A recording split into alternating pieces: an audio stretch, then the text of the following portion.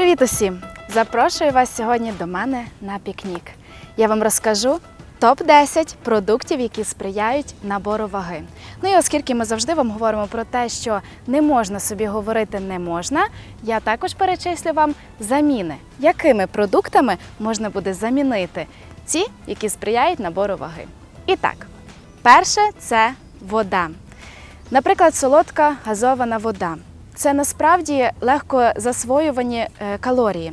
І тому, наприклад, в маленькій пляшечці 0,33 ви можете спожити 150 калорій. Це 40 грам цукру. Ці калорії заходять в ваш організм і зразу ж перетворюються в жир. І ще й сповільнюють ваш обмін.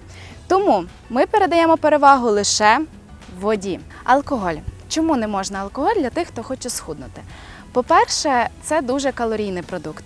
По-друге, він збільшує в нашому тілі гормони, які впливають на те, щоб жир не спалювався, сповільнюється наш обмін і навпаки сприяє тому, щоб жир накопичувався в нашому тілі.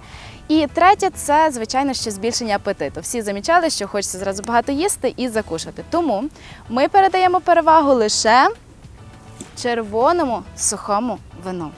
Наступна наша група – це жирна їжа. Чому? Бо тому що ви можете не замічати, що їсте жирне м'ясо. Тому передавайте перевагу індик, наприклад, куряча грудка.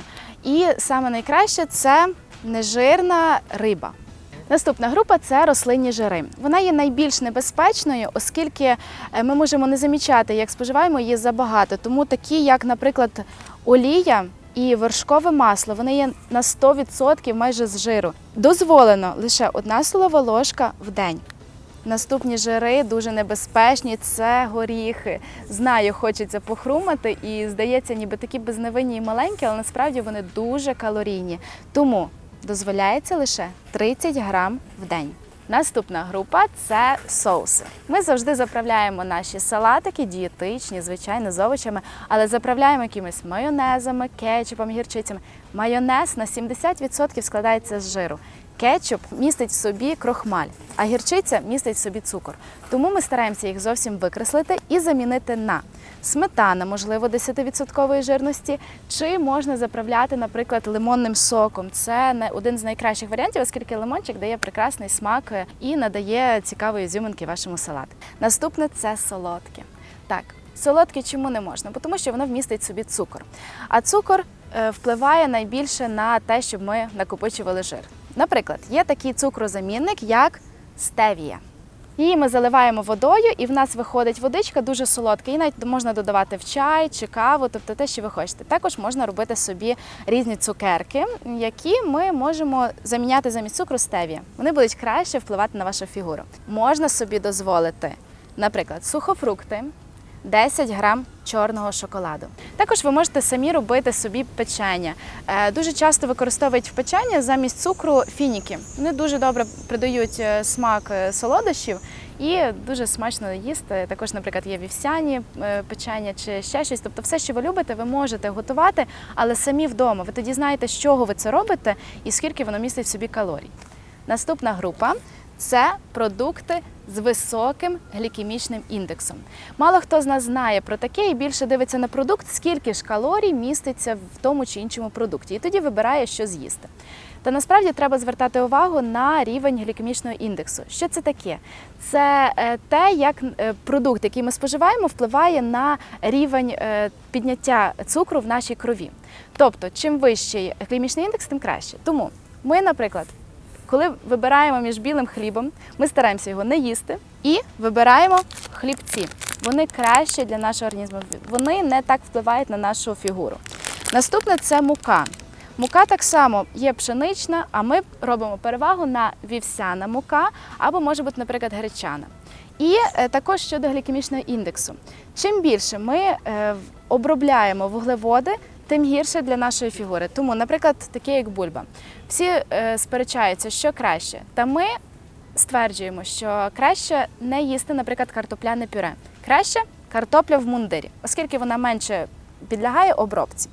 Також щодо глікемічного індексу, це клітковина. Клітковина дуже хороша для нашого організму, і тому ми стараємося споживати овочі свіжі. Якщо ви хочете овочі-гриль, то краще на півготовності їх все ж таки їсти, тому що це краще для нашої фігури. Наступна група – це жирні молочні продукти.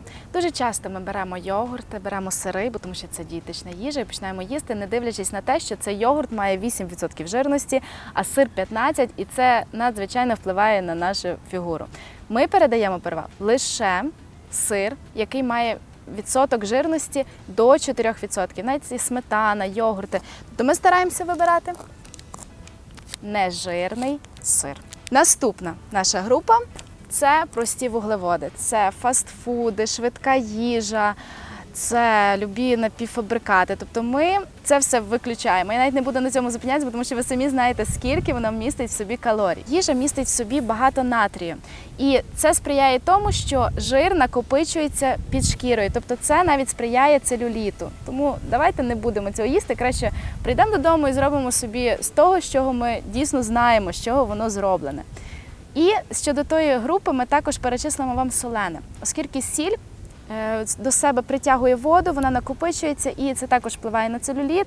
Ми хочемо бути красивими, тому ми стараємося сіль ніде не давати. Наприклад, ми вже з вами соуси перечислили, що ви можете краще давати лимонний сік чи, наприклад, чорний перець дуже добре, краще давати якісь різні трави, червоний перець. Додаючи до якихось страв, ви можете, наприклад, чесник, цибулю, вони також прекрасно дають смак. І щодо соленого, це чіпси, які всі страшенно люблять, але ми стараємося їх уникати, вони дуже багато мають калорій. Ми передаємо перевагу, наприклад, чіпси з яблук. Також можна похрумати, не так само цікаво, так само смачно, можете собі засушити яблука і брати собі замість чіпсів. І остання наша група – це фрукти. Так, на жаль, фрукти потрібно їсти в міру до обіду і вибирати такі фрукти, які мають найнижчий глікемічний індекс. Тому що насправді все ж таки, як-не-як, але ми стриматися не можемо на зовсім трошечки черешні чи зовсім трошечки кавун. І виходить так, що ми з'їдаємо дуже багато, але вони насправді все ж таки калорійні. Тому старайтеся їсти тільки до обіду. Ну що ж, я вже перечислила вам всі топ-10. Надіюся, що ці поради вам допоможуть і заміни вам також засмакують. Смачного!